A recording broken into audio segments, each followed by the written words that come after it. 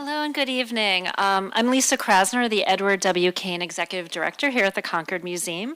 And thank you all so much for joining us tonight, both those who are with us in the Churchill and Janet Franklin Lyceum, and to all of our virtual viewers, of which there are many. So thanks for being with us. It's my great pleasure to introduce tonight's program, which is a conversation with Philip Deloria.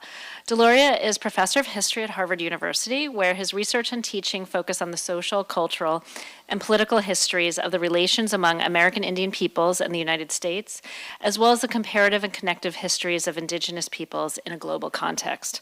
His first book, Playing Indian, in 1998, traced the tradition of white Indian play from the Boston Tea Party to the New Age movement, where his 2004 book, Indians in Unexpected Places, examined the ideologies surrounding Indian people in the early 20th century and the ways Native Americans challenged them through sports, travel, automobility, and film and musical performance. His 2017 book, co-authored with Alexander Olson, is American Studies, a user's guide which offers a comprehensive treatment of the historiography and methodology of the field of American studies.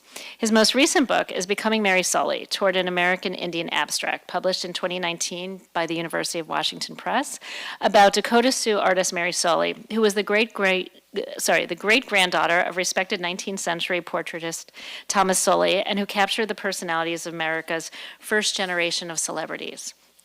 Deloria received his PhD in American Studies from Yale University in 1994, and he taught at the University of Colorado and at the University of Michigan before joining the faculty at Harvard in January 2018 as their first tenured professor of Native American history.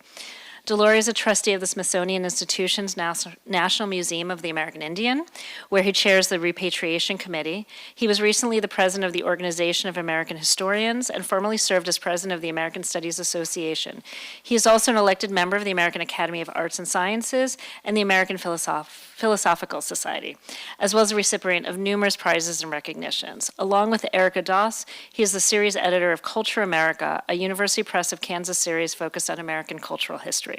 So tonight, Deloria will be in conversation with Reed Gotchberg, the Associate Curator and Manager of Exhibitions here at the Concord Museum. Her research focuses on early and 19th century American culture, material culture, museum studies, and the history of science and technology. And her book, Useful Objects, Museums, Science, and Literature, was published by Oxford University Press in 2021. Before joining the Concord Museum this past May, she's a recent hire, she taught for 5 years at Harvard University as Assistant Director of Studies and a lecturer on history and literature. And she currently teaches in the Museum Studies program at the Harvard Extension School. So thank you to everyone who's joined us here at the museum and virtually, and please join me in welcoming Phil Deloria and Reed Gotchberg.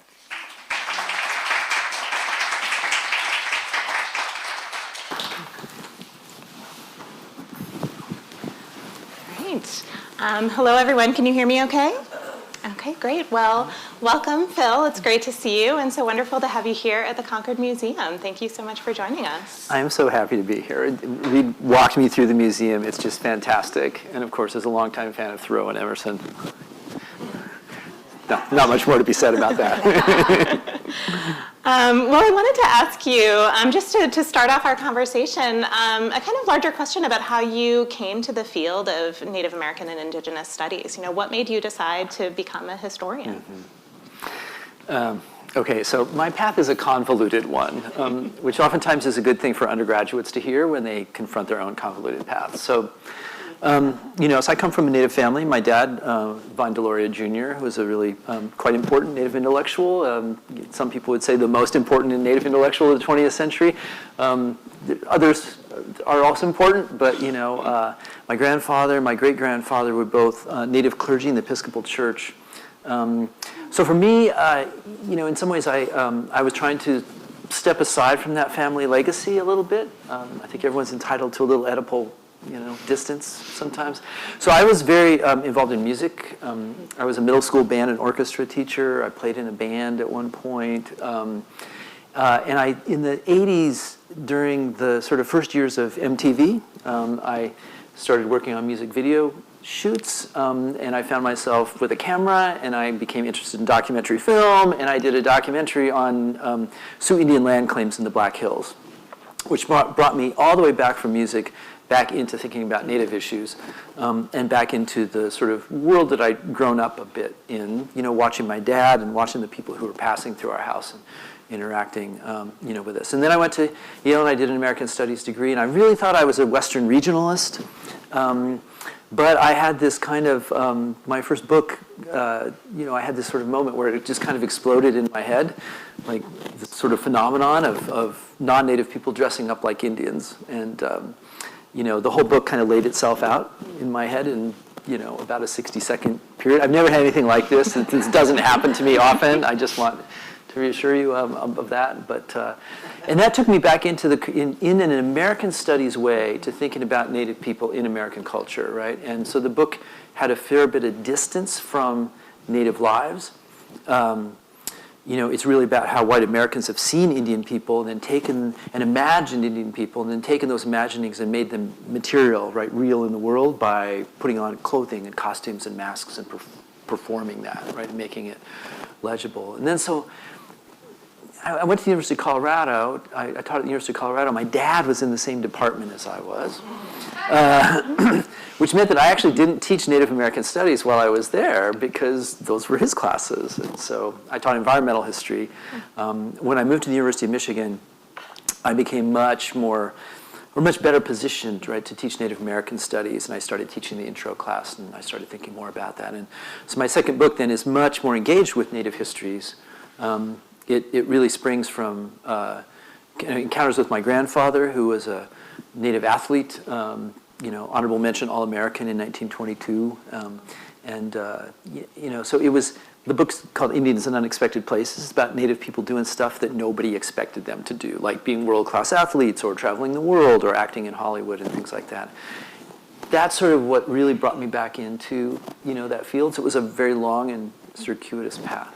Yeah, no, that's really interesting to hear, especially in light of your most recent book, Becoming Mary Sully, in which you're kind of recounting the work of Mary Sully, this amazing, unknown modernist Native artist who also happens to be a relative, right? And so there's this really powerful moment in the introduction where you talk about, kind of discovering and then rediscovering her work in a box in the family basement, right? And so I wonder if you could just talk about the process of, bringing together family history and thinking about her life in this much broader, like, intellectual context. Like, how did you approach, kind of incorporating family history into that project? Yeah, well, so I've always had a little bit of a thing for family history. As I mentioned before, this essay about my grandfather that turned into kind of the seed of this other book. And I actually at one point started writing a whole detailed family history of my grandparents' generation. So my grandmother and my grandfather, he, a Native athlete, figure in the Episcopal Church. He was working in New York City, went to the General Theological Seminary, met my white grandmother, who is sort of as colonial as it gets, right? They were a slave-owning family. They started the Mexican-American War. They fought in the Revolutionary War. This is the Sloat family. For those of you who do your California history, John Drake Sloat, who sails into Monterey Bay. This is that family. They're the Sloat family of Sloatsburg, New York, for anyone who knows from Rockland County, New York. So, so the meeting of my grandfather and my grandmother was this really curious kind of thing, and it was facilitated by my great aunt Ella, who Native intellectual, sort of vernacular intellectual, went through church boarding schools, went to Oberlin actually, and then went to Columbia, graduated from Columbia in 1915, and along the way she met Franz Boas, the sort of American anthropologist, kind of one of the founders of American anthropology, who brought her into his class to sort of be a test subject, so his anthropology students could practice on her. But they reconnected. Boaz and my great aunt Ella reconnected. I promise you, it's gonna get around to the book. In the late 1920s, when he sort of contacted her to do translation things. So along with her, this whole time had been her sister, Susie, my other great aunt, and Susie was just a person who struggled. She had a kind of chronic shyness. She may have had certain kinds of things that just weren't quite working for her, So as the daughter of a clergyman, for example, really, if you're too shy to walk down the aisle and take communion, it's kind of a problem, So this was her. But it turns out, that one of the things she was doing was she had a drawing board and she had paper and she had colored pencils and she was just drawing all the time, making these really interesting drawings. And when she died in the early 1960s, her box of drawings went to my great aunt Ella, who then died in 1971, and then the box went to my grandfather, and he was kind of clearing out Ella's estate, and Ella wrote a lot of stuff. The papers are all in the Dakota Indian Foundation in South Dakota. There was this box of these drawings, these weird drawings, and so he sent them to my mom.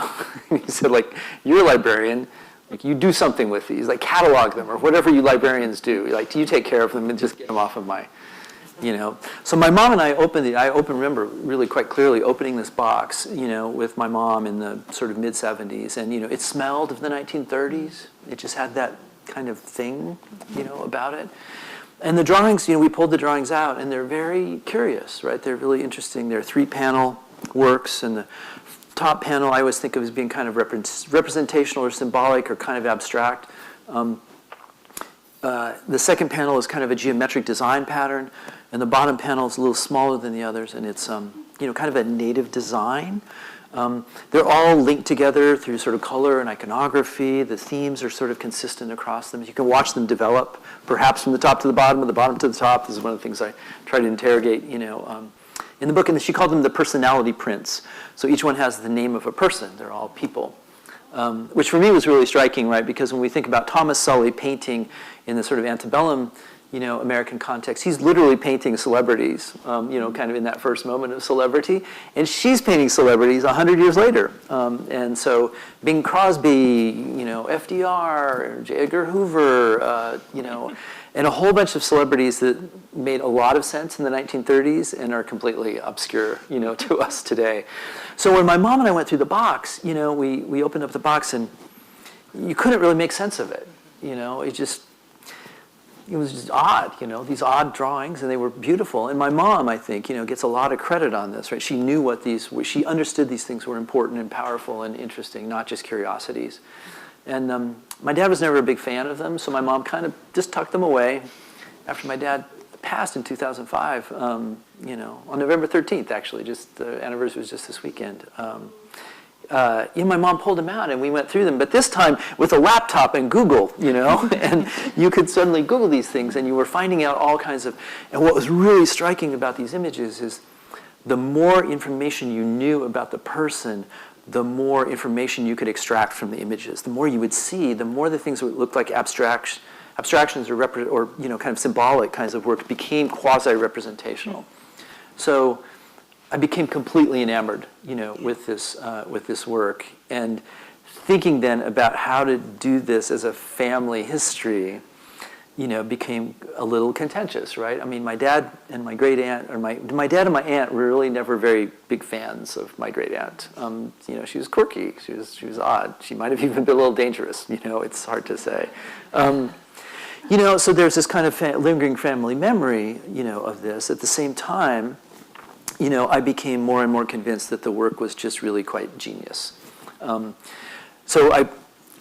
just say one more thing on this, Reed. I was doing academic administration. Well, I sort of thought of this project, and that's a terrible way to write. You know, you just can't really write as an academic administrator. So the project really developed in a very specific kind of way, which was I would do it as a talk, and I would show a lot of images to an audience, and I would work through them as best I could, and then I would just gather up thoughts and things like that. In the first year or so, I wasn't smart enough to take down names, and so the book is a truly collective project that unfolded over about 10 years, you know, over many, many audiences who had many things to say about it. So, you know, in some ways, I'm a kind of vessel or conduit for it as much as anything, and maybe that qualified the sort of familial stuff enough that I could imagine us crowdsourcing it together, rather than me sort of like doing a recovery project for a family, you know, a family member.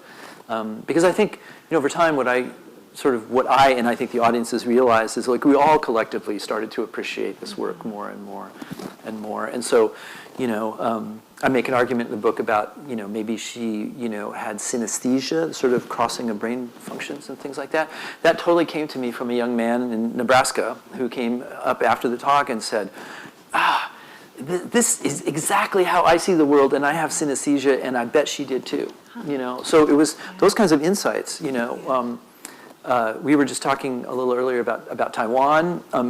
Showing this in Taiwan was really interesting in terms of thinking like, what's the sequence of viewing, right? Is it, my friends and my Taiwanese scholarly friends, oftentimes said, you are inclined to read it up from top to bottom. Why should you not read it from bottom to top? And why should you not read it horizontally across multiple kinds of images? And so those insights, which also make their way analytically into the book, were generated, again, out of an audience's encounter, with it. Yeah, no, that's really interesting. And I mean, at one point in the book, you compare your process, I think you compare it to onion peeling, which I thought was just a really apt metaphor for the way that, in some ways your reading of these objects also kind of accrues meaning over the course of the book. And it sounds like the process of developing, the book project really came out of, a lot of these kind of ongoing conversations. And I was curious if you could say a little bit more about like how the questions you started asking about these objects were shifting, or how, coming from this like American studies background and your work as an interdisciplinary scholar, like how that also informed the types of questions and even the tools that you were trying to use to understand these works. Yeah, it's so, I was just a basic cultural historian. I looked at cultural stuff. I said, how do people talk about things? How do ideas and ideologies form? Can I define them? What does a discursive formation look like? Where does it come from? How does it change over time? Right? These are the kinds of questions I always ask. But, confronting these images, I had to have a new kind of toolkit, a better toolkit. And what I did is, I had taken courses in material culture in my graduate education from Jules Prown, who basically had taken art historical methods of looking and describing and making deductions and speculations. He'd sort of taken an art historical method and applied it to material culture, and then taught us in an incredibly rigorous way about how to do material culture analysis. And I have to say, I pretty much learned how to think from Jules Prown and Kenneth Haltman, right? Material culture folks who also did art. So, in this project, I kind of reverse engineered that practice into an art historical kind of practice, and took very seriously what I teach my students, which, a lot of times we don't do, right? A lot of times we tell our students what to do, we teach them what to do, and then we kind of like skirt the corners, when we're doing it ourselves. Like, you must write a really good prospectus and get your ideas in mind. Oh, do I do that? Well, sometimes I do, but not very often. But I actually really tried to do a kind of rigorous looking practice, with these works, and there's 134 of them, I should say. So I didn't do this with every one, but I oftentimes would sort of pull them out and just spend, quite a bit of time just looking, and making descriptive kinds of observations about them. And when you do this in a serious way, right, you actually see stuff that you hadn't seen before, and so it's a practice of mind and of observation. And so doing that and going through a process, right, of describing, making a few deductions about what this could be, what that could be, things that were in the realm of reason, and then kind of speculating, well, I don't know, right? Just doing things that were imaginative and creative. And then what I discovered really was this, I think, this sort of secret insight to it, which was that if you did deep historical, biographical kind of work on the figures, you could understand the image. So I'll just give you an example. There's a really complicated image for a person named Lawrence Tibbett.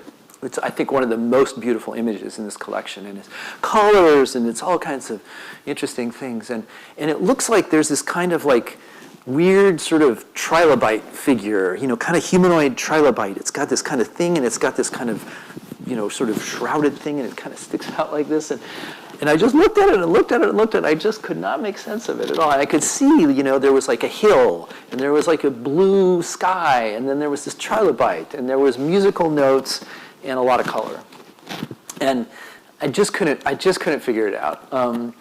And then, I started really digging into Lawrence Tibbett, who was a very quite interesting singer, and he sang opera, but he also crossed over into the popular realm. And then there was this moment in Lawrence Tibbett's life where he actually was having vocal cord trouble, and he retreated to this little cabin in Temescal Canyon outside of Los Angeles. And it turns out, and if you track on Temescal Canyon, which I didn't know anything about, there's a little amphitheater there and a little stage. And Lawrence Tibbett, as part of his recovery, would go and stand on the stage and he would sing. And suddenly, I realized it was a figure ground kind of thing, and I had been seeing the figure and I needed to see the ground, right? That what I thought was a trilobite was empty space representing a canyon. And suddenly all this color appeared. It was sedimentary rocks, kind of like, very abstracted, right? But sedimentary rocks. And the musical notes were literally emanating from the canyon, and they were Lawrence Tibbett singing. And suddenly, right, the image had become representational and not just complicated either symbolisms or abstractions, right? And so this happened with a number of images. I struggled for a long time with this image for Betty Boop, Helen Kane, who was the actress that Betty Boop was based on. And I thought it was a champagne glass, right? It sort of had a curved kind of edge, and it had a lot of little bubbles coming up. I'm like, well, it looks a little bit like a champagne glass, but it's really not. And it had this curious figure, right, in the very base, the foreground of the image. And I just couldn't figure out what it was until I watched a lot of Betty Boop videos on YouTube. And realized that, like, she's so often in a bathtub with a dog or with a lot of soap. And that this, what I thought was a champagne glass was in fact the rim of a bathtub, and that this curious figure down here was actually the spigot. So the point of view, right, of the artist is like basically asking the viewer to sort of straddle the spigot of a bathtub and imagine you're looking out at bubbles that are sort of coming up. So she had a very curious kind of vision that can oftentimes be, be disconcerting that way. So I'll just say one more thing about this, right? I mean, what I kind of realized was that the project did require this kind of close practice of looking, a kind of art historical practice, but it also really required thinking sociologically, thinking psychologically, thinking historically, and thinking politically. So one of the questions that was really important to me was, like, what was the nature of her sort of psychic world, right? What was the nature of her, was she dysfunctional in what ways? I mean, Ella her sister clearly saw her in that way, said, I'm going to have to take care of Susie for the rest of her life, And she made Susie into her driver. It was actually, she was quite a good mechanic. So she would fix cars and she would drive, So she was quite capable of, they hung out in New York City a lot, right? So she was okay in a crowd, totally anonymous. She just wasn't good in a small social group, And she was quite happy driving across the country. So she's really this interesting person. So I felt like I had to try to understand her psychology a little bit. And so, for example, I called on my colleagues in the psychology department and I extracted every reference to, Susie, anything that had to do with sort of her sort of, mental or psychological kind of world. I extracted these things into sort of, I don't know, a couple pages, that's about all of description. I sent it to my colleagues in the psych department. I said, like, diagnose for me, please. And they said, we're not going to do that. Like, we don't do that. But we'll make some suggestive kinds of things. So I talked to them a lot about, kind of reactive depression, about, anxiety, various kinds of things which might show up in the DSM. Right, but they were unwilling to diagnose. So I moved into the speculative mode for those kinds of things, but I felt it was really important to sort of think about that. I also felt like it was really important to kind of see what the politics of the imagery, might bear. Because, my family's just been a really political family, and, Ella was herself engaged in a kind of politics of culture at the time. My grandfather this was in the 1930s during the passage of the Indian Reorganization Act. My grandfather was a translator at Pine Ridge, for the government when they came in. So they're all kind of engaged in this sort of world in which Native people were rebuilding their lives and their worlds in relation to the American state. And so what was her place in the politics of this? And, so I ended up kind of making a bit of an argument about that, which felt really important. And then it also felt really important for me to place her in two other kind of dimensions. One was sort of the dimension of Native American art itself, which, in the 1930s, when she was working, is very stylized, right? It's sort of like plain background, two-dimensional, flat panel, flat color, traditional subjects. You would not find a Native artist, right, coming out of Oklahoma or New Mexico, Santa Fe schools. You would not find a Native artist doing anything like what she was doing. So it's really important for me to make that kind of argument. So for those of you who may have seen the Hilma af Klint exhibition at the Guggenheim a couple of years ago, I think of her as the Hilma af Klint of Indian country, right? Sort of inventing a woman with a kind of spiritual and interesting bent, inventing abstraction before Kandinsky or before, Oscar Howe or other folks in the Native arts canon.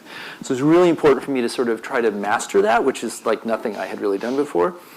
And at the same time, anytime you say that, it's also then really important for me to say, like, oh, and by the way, it's not just the Native arts canon, it is the American arts canon, right? That she actually belongs in the canon of the 1930s. And so it's quite fun to kind of place her work alongside artists working in the 1930s and to sort of just think about the ways that she absolutely fits no school, that she just doesn't, she's completely anomalous to these other things, which is why I think part of the nature of her genius, right? Right, and I mean, I think like this process of sort of placing her within this canon, whether that's, within, the set of Native artists from that period or within, modernism, within the American art historical survey as well. I mean, I wonder how you see the work that you've done on this project informing conversations that are happening at museums about, how to identify and foreground Native artists more within the collections and more broadly. Yeah.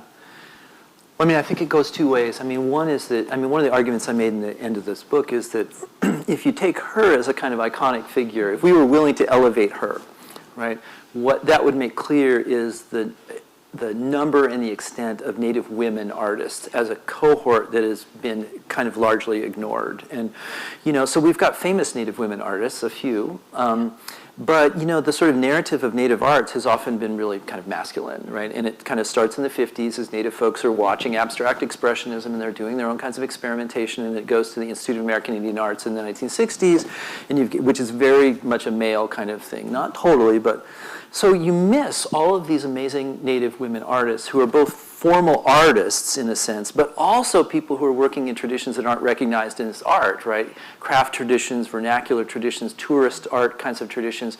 And if you were to sort of think, like, what does the landscape of Native arts look like in the 1930s? It looks like a lot of Native women actually doing all of this kind of work, and a few Native men, right, who get elevated in particular contexts. So one of the things I really wanted to do was to sort of shift the ground in sort of thinking about that, to sort of elevate Native women. And that goes all the way back into the early 20th century, where you can find Native artists, Angel Decora, who teaches art at the Carlisle Indian School, Wawa Cha, who's active in New York City. I mean, there's a lot of Native folks in places that, this is my second book. It makes a great holiday gift, right? Native folks out there doing stuff you don't expect in places you don't expect them to be, right? So they're out there. It's, so that was one of the things I felt like I needed to do. And then the second thing was really to sort of think, well, okay, is there a way to make a kind of theoretical claim about a kind of solo artist that no one's ever seen, right? So the challenge is to say, like, look, as we sit here in 2020 or 2019 or 2022, is it possible to say, this Native artist who no other artist ever saw her work, who has never been in a museum and never had a gallery show, is actually fundamental to understanding the art of the 1930s that was produced, right, in tandem with her and in her wake, right? So it's an absolute kind of mystical rejection of any kind of influence theory, right? There's no influence going on, but there is influence going on, right? I mean, it's one of these things where, you end up making, I think, these sort of quasi-mystical arguments, right, about there's something in the air, there's something in the water, it's what modernism is, right? It kind of happens in these weird sort of ways, right? So I wanted to sort of make an argument that even sitting in our present moment, to understand that there was once something like this actually transforms the history of everything that was subsequent to it, right? And so, that's where Bruno Latour comes in, and it's meant to be an evocation, right, rather than a kind of formalist argument. So I wanted to ask you a little bit about some of the work that you've done, over the course of your career with museums, and especially with NMAI. I wonder what kinds of changes you've observed, and what some of the challenges are that you see, kind of facing ideas about Native representation, especially within the museum context. Yeah. So, I just literally had my last NMAI board meeting on this last weekend, and we dedicated the National Native American Veterans Memorial at the museum, and it was really quite wonderful. Like Native folks always geek out, right, when there's an eagle or a hawk or a rainbow, and there was one, right? It was raining, and then the rain right when it stopped, right? Right when the ceremony started, Red Studi came out, and he was fantastic, right? And the rain stopped, this rainbow appeared right over the Capitol, and it was really something, So, and everybody was carrying around pictures of their parents in their military uniform, and and lots of vets there, and it it was fantastic. So, I mean, I served on the board for 12 years. I had a 6-year term, and then I had 2 or 3 years off, and then I came back for another 6-year term. And mostly my work on the board is concerned repatriation, and we can maybe bracket that and come back to it. But so, NMAI is really, I love this museum with my heart and soul. It's really an important place to me. But that said, the first years of the Museum of the American Indian were kind of challenging years. There's a critique of the museum, especially its first exhibits, that they were sort of a little too postmodern. And actually, when you think about it, there's a kind of schematicness to the way these first exhibits were laid out. Where if you look at them from overhead as a plan, they make sense to you. If you tried to move through the museum in a linear kind of way, it was quite confusing, right, and complicated. I think when the museum was planned, that moment in the 1990s into the aughts, right, this felt like it was really a radical revolutionary kind of thing, and it didn't really pan out that way as a museum practice. It turns out all of our surveys that we did with audiences and viewers were like, we're confused. We need more history. We need more linearity. Even the things that I thought were super, super cool, a lot of times viewers didn't get. How many folks have been to the museum? Yeah, a fair number of you. I mean, there was a really nice gallery, in which you walked in the gallery, and if you look to your right, there was, I counted at one point, I can't remember exactly the number, but something like 350 kind of terracotta faces, right? Masks and faces. And this is clearly this is Native America. This is a brown continent, right, in 1491. And then it kind of morphs into this sort of gold, right? A lot of different kinds of gold, and the gold is really cool and beautiful. And then the gold keeps continuing. It's kind of like the turtle that you have out here, right? I mean, NMAI was also really interested in taking like artifacts, arrowheads, and repurposing them in other kinds of ways, crafting a dual aesthetic, right? So the gold is kind of there, and then all of a sudden, like, you get these Spanish swords, right? These swords that are like slicing through the gold, and then you get this like really dull ingot of gold, right? When gold gets put into an ingot, it's nothing great to look at. And so there's a really clear and coherent message here, right, about colonialism and violence and native life. But people came around the corner and they saw the gold, and they're like, damn, look at that gold.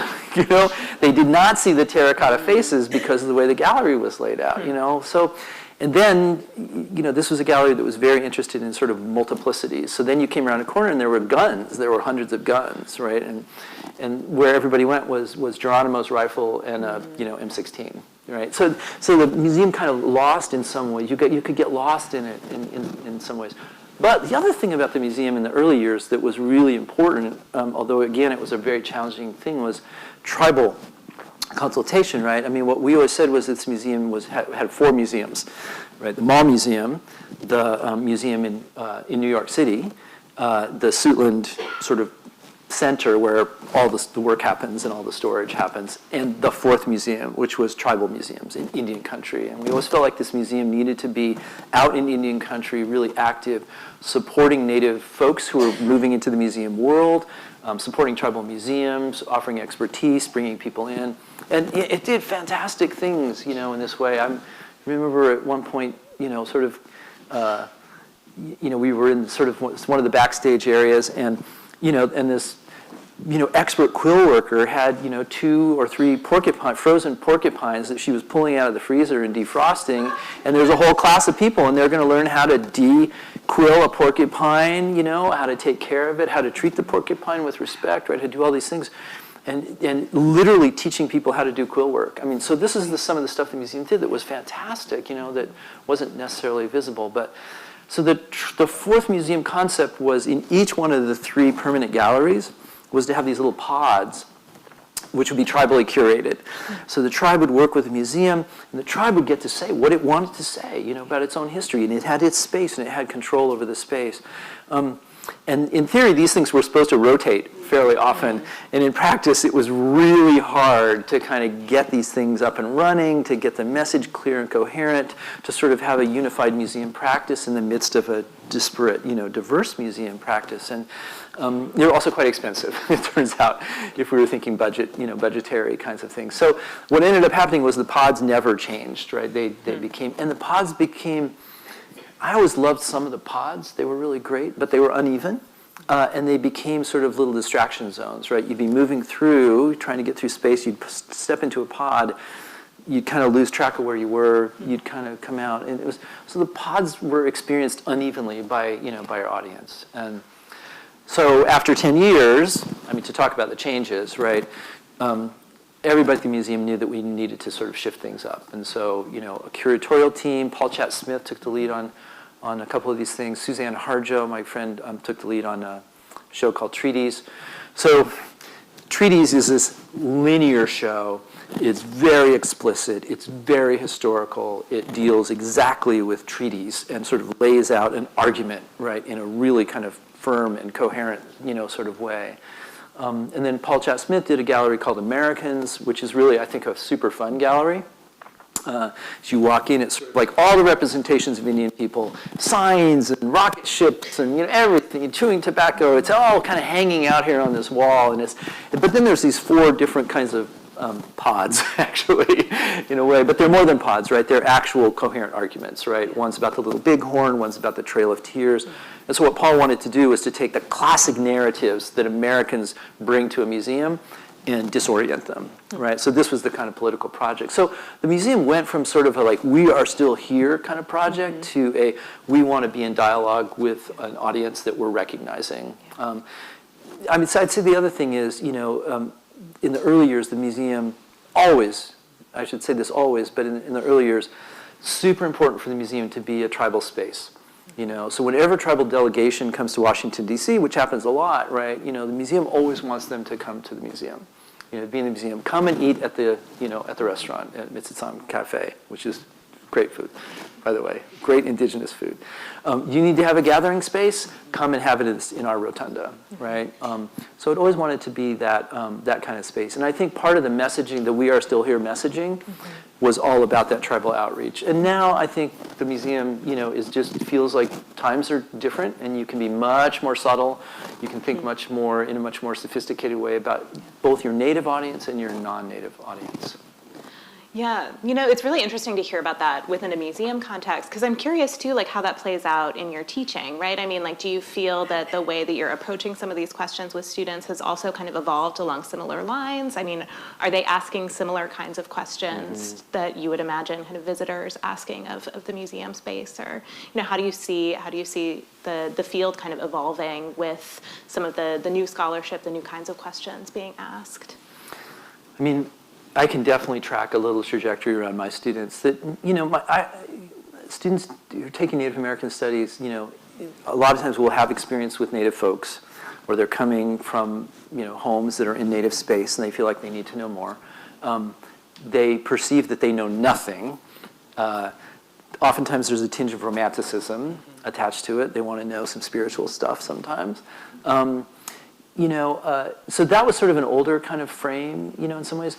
More contemporary frame is much more about environmentalism, about climate change, about, sort of how do you think about Native folks relative to, say, Black Lives Matter, kind of more interesting conversations about race and social justice and, and inequality in America. How do we put Native people back in that narrative, which has oftentimes been a mostly African-American focused narrative. So my students are, I would say, much more sophisticated in thinking about those kinds of issues. They're driven there by the current moment.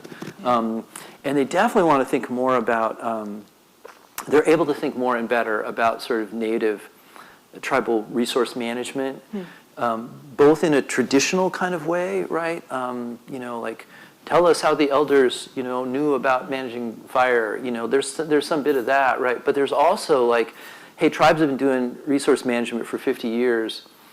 How have they pulled together traditional knowledge with, kind of science, right? How do they make things work? Well, they've all read Robin Wall Kimmerer, right? I mean, this is kind of this is a bit more of their touchstone, right? How do we have science and Native stuff happening in the same space?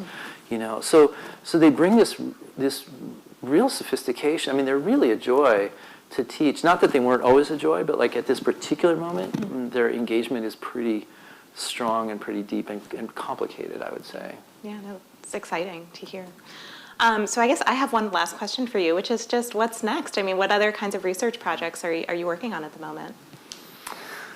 Well, so I've got three. I've got three projects. I've been mostly writing during COVID. I've mostly written like little short things, you know. So, so I have a piece that I wrote for Jeffrey Gibson that I'm very proud of.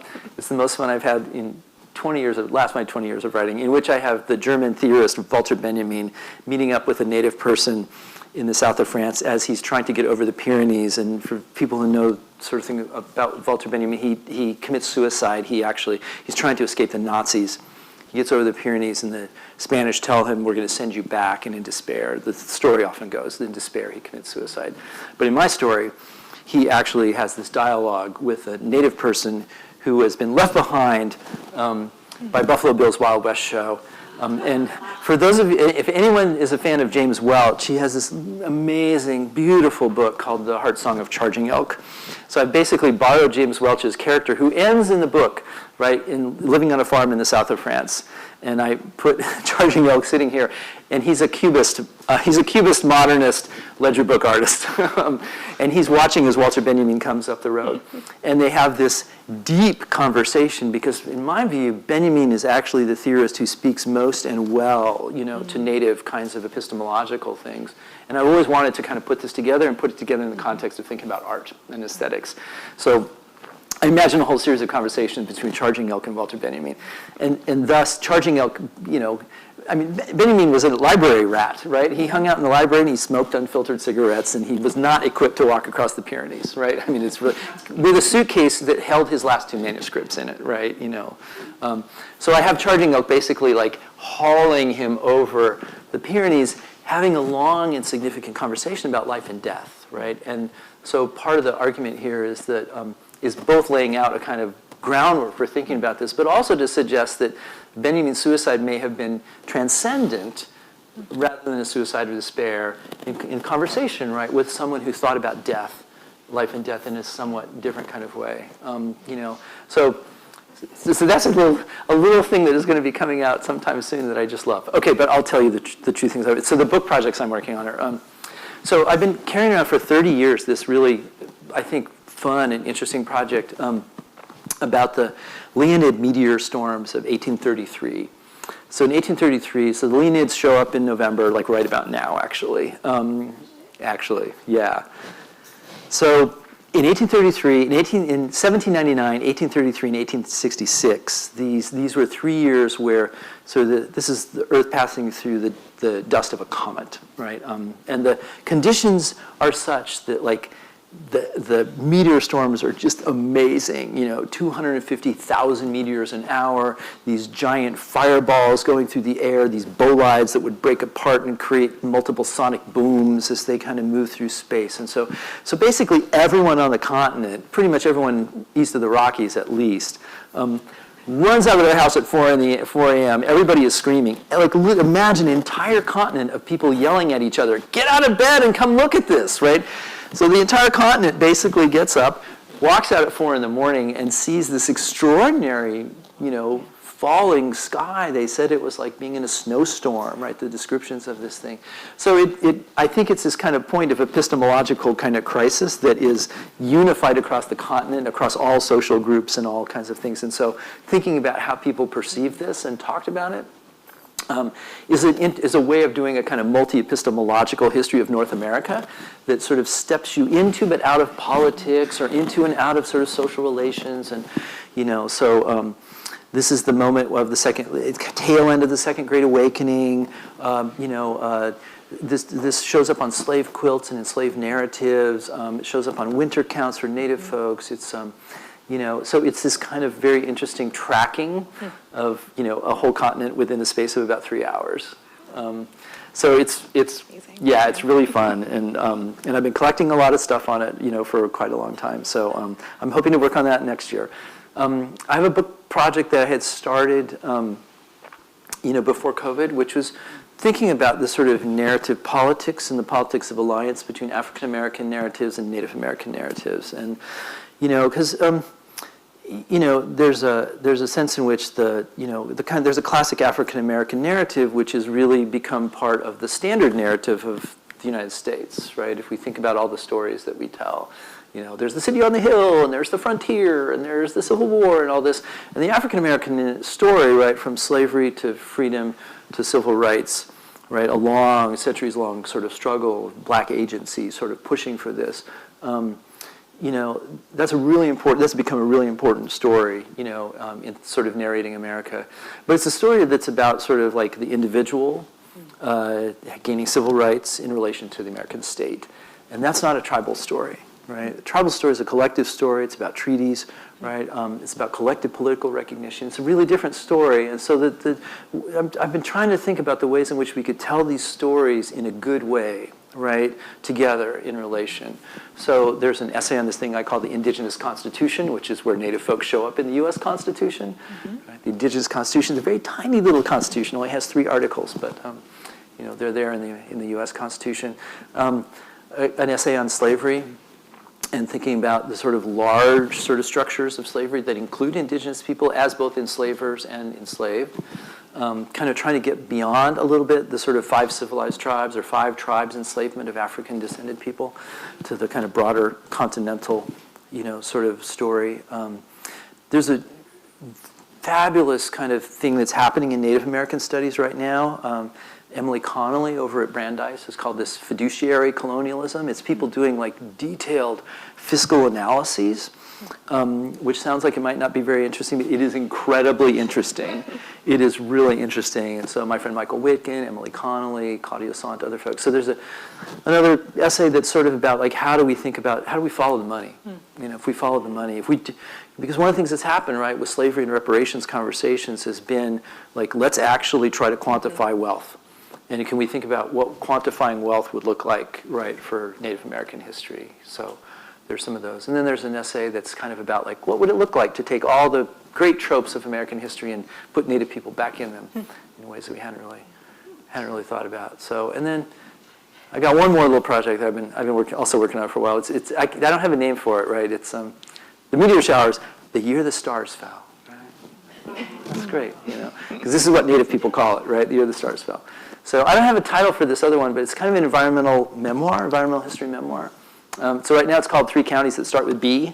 So I've got 3 counties that I have lived in and cared about, that all have weird environmental history stories. So, in Boulder, Colorado, where I first taught, there's a whole interesting thing that happens where the city of Boulder, which is really a kind of mining industrial little town at first, and it lines, anybody know Boulder?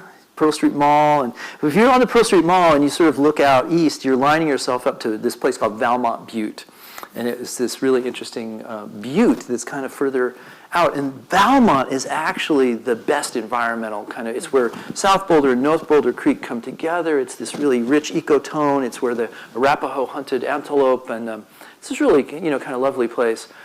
But what happens is industrial Boulder basically like offloads every bad thing to Valmont and like literally strips Valmont to nothing. Like takes all the cement is gravel pits that are in Valmont, and like the butte itself, they take 60 feet off the butte and they pave the streets with it, and they put the Christmas tree dump is out there, and the jail is out there, and the toxic waste dump is out there, and the power plant is out there. So every bad thing gets offloaded to Valmont. And so it's about the ways that sort of this town of Boulder, which constructs itself as being this kind of amazing, pure, outdoorsy space, literally transforms itself through a kind of environmental colonialism, right, against its neighboring town, which is capped off by they all go out to Valmont, and there's only one press in the county. They go out and they get the press editor drunk, and they steal his press, and they take it back to Boulder, and they say, you can have it back as long as you can start a Boulder paper and not a Valmont paper, which he then he does. And so there's Boulder County, then Benzie County in northern Michigan.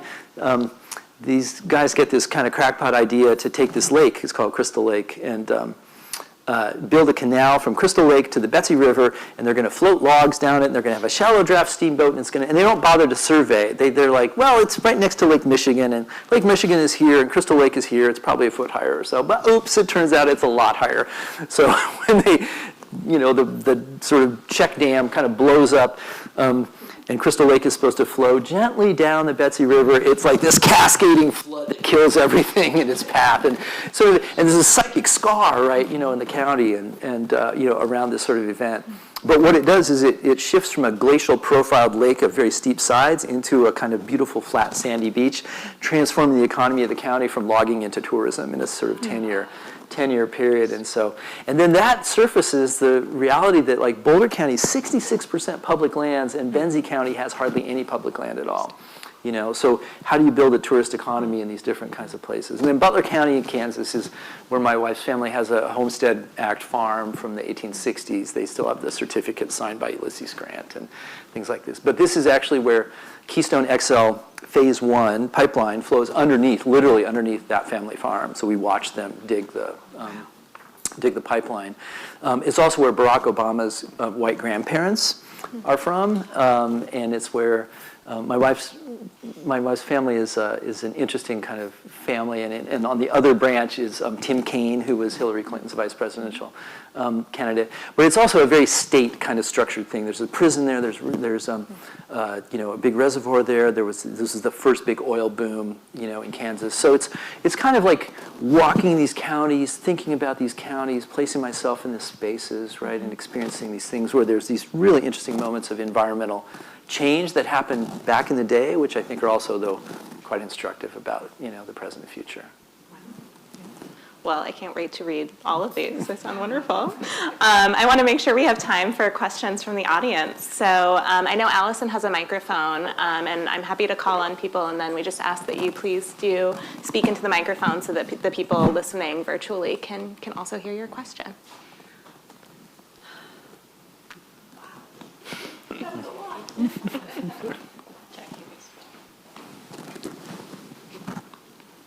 Oh, hi, thanks. This was fascinating. Thank you, Phil and Reed, too, for it.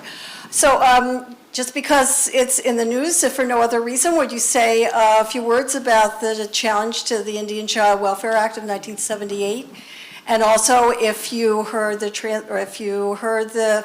debate or read the transcript of the hearing last week, if you have any reactions to that.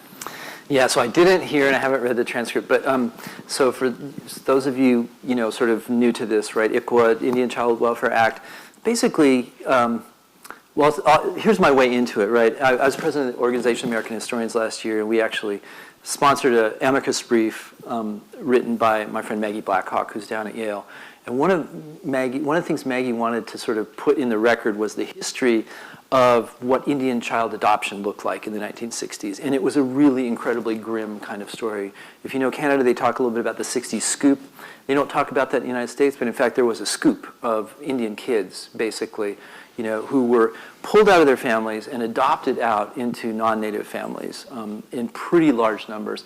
This is also, it's worth noting, in the 70s, the moment when like a lot of Native women are actually being sterilized without their consent, right, in various kinds of clinics. So if we're thinking about sort of genocidal practices, right, actually prohibiting a population from reproducing, this is a really hard moment, right, that we oftentimes don't recognize as such.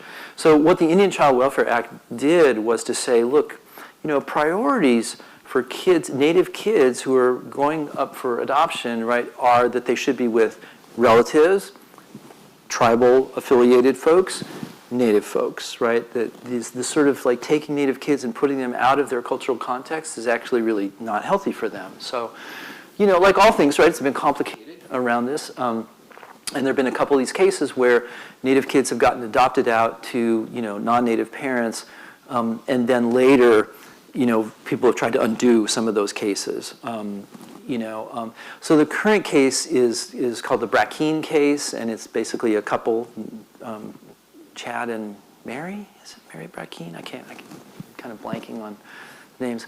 But they're, they're basically sort of challenging the Indian Child Welfare Act and sort of saying that this is a, kind of racial set-aside that ought to be prohibited under the 14th Amendment, right? That but Native folks, of course, reject that completely, right? This is not a racial status, it's a political status, right? This is a political argument. Native people have treaties. This is why Native people are like, don't use this sort of like racial kind of category. Not to say Native people aren't racialized, but the relationship that Indian people have with the federal government is a political relationship. And this is, the Indian Child Welfare Act and many other things are based on that political relationship. So what's happening is like there's a whole bunch of dark money behind this, that's really trying to undo tribal sovereignty tribal political sovereignty. That's the end goal of this. The venue for it is through challenging things like the Indian Child Welfare Act through the Brackeen case. So there's a really bad history behind it. There's, I think, bad motives and bad faith in terms of the sort of way in which this case is playing out. What's interesting in the Supreme Court, of course, is where Justice Gorsuch comes down and what Justice Gorsuch is able to do in terms of pulling other people into what his position may or may not be. And I am not an expert on the Supreme Court. I'll just say that. But when Gorsuch went on the bench, I think a lot of us thought, well, here's another guy who's going to be hostile to Native folks. But Bob Anderson, who was teaching over at Harvard, kind of we had a seminar with him, and he said, like, do not think you understand Gorsuch, because I bet you don't, right? Gorsuch is much more complicated on Native stuff. He's a Westerner. He's got more experience with Native things than, like, most people in the U.S. legal system do not understand Native law at all. And our Supreme Court is a great example of that. Like, folks who we think are great heroes, like Ruth Bader Ginsburg, really bad on Native law, right? Elena Kagan, not so great on Native law, right? They don't really know what they're doing. Brett Kavanaugh, not good on Native law. But Gorsuch actually does understand Native law. And so, there's a case called the McGirt case, which Gorsuch wrote the opinion on, which is a big win for tribes, and it concerns, jurisdiction and sovereignty in Oklahoma. Tribal sovereignty kind of restored in this place in Oklahoma. But I think my own sort of like ill-informed sense of this is that Gorsuch really was able to take the lead on that. There's another case called Castro Huerta that tried to sort of undo the McGirt case, and Gorsuch was not quite so visible in that. I wonder if Gorsuch is going to be able to sort of has the will or the inclination to kind of rally other folks, around this. But Amy Coney Barrett is a logical person to sort of join with Gorsuch in a, kind of decision that would affirm tribes, on this. But I think the sense in Indian country is one of kind of a gloomy prognostication, on this. But we'll see, right? You never know. Sometimes you get surprised. Just one more.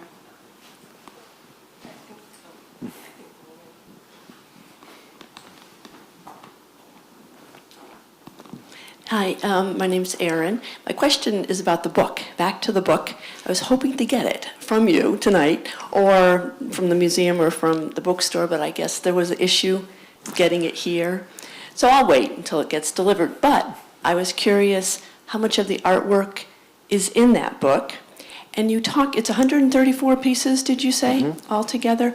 And what time frame was that? And were there changes over time in her style or her approach?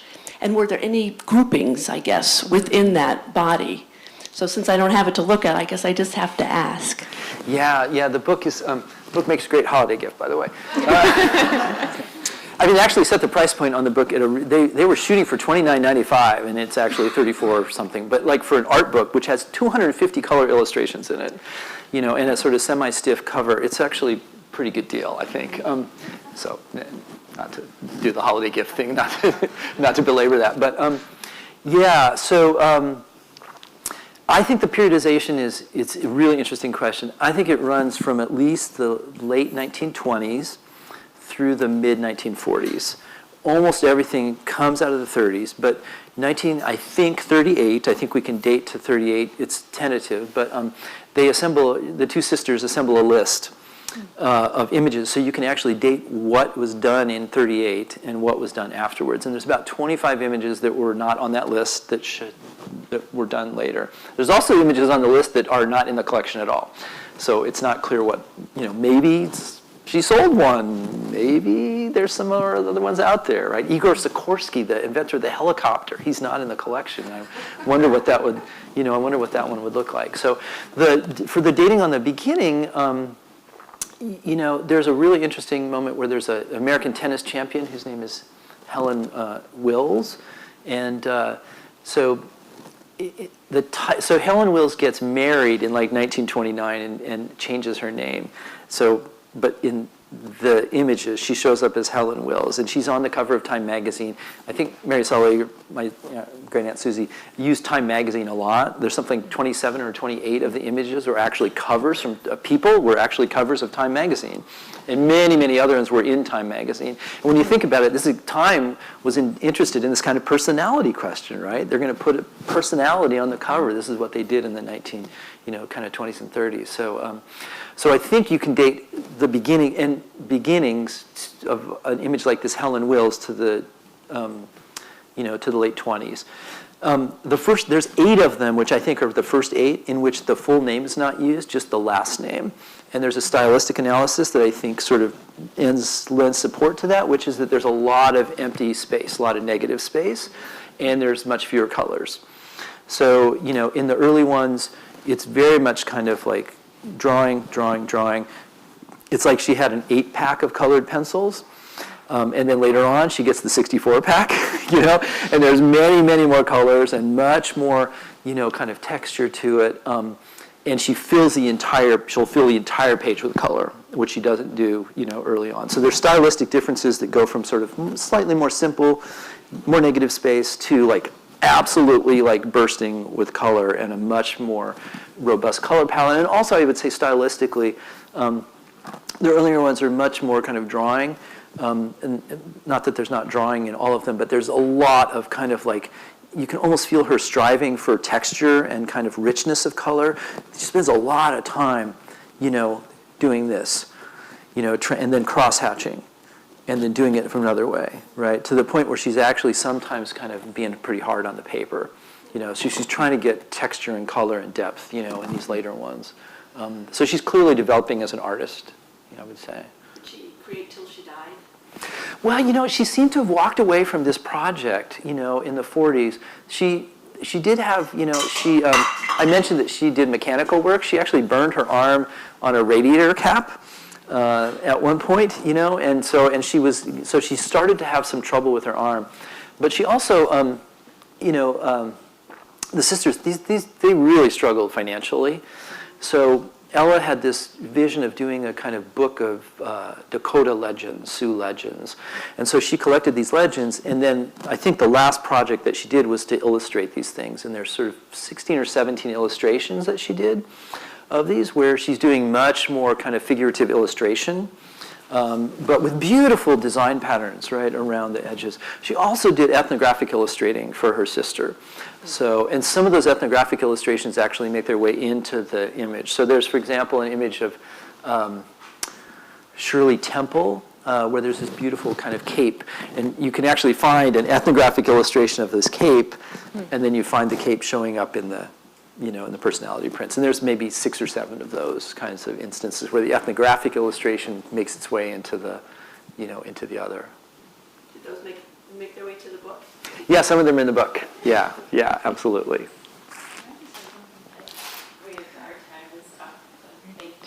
Yeah, thank you so much. Okay. This was really wonderful.